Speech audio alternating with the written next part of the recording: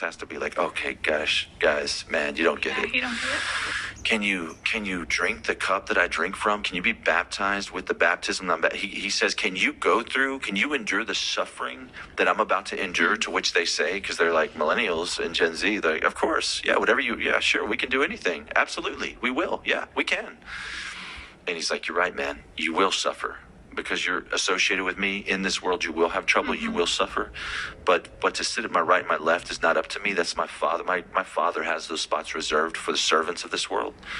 And he goes, you know who those who are rulers of the Gentiles, you know how they lord their authority over them?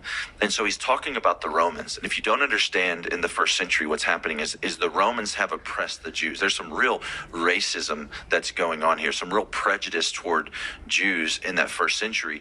And the Romans had all the power. They were the government. They would tax the Romans, the Jews. They would kill them, crucify them, all of these things. So the Jews hated the Romans hated the Jews. And he's like, you know how the government exercises their authority over us? And they're like, yes. And is it time for us to turn on them? Is it time for us to flex on them? And he goes, no, it's not so with you. Whoever wants to be great among you. So if you're listening, you want to be great. He says, whoever wants to be great among you must be your servant.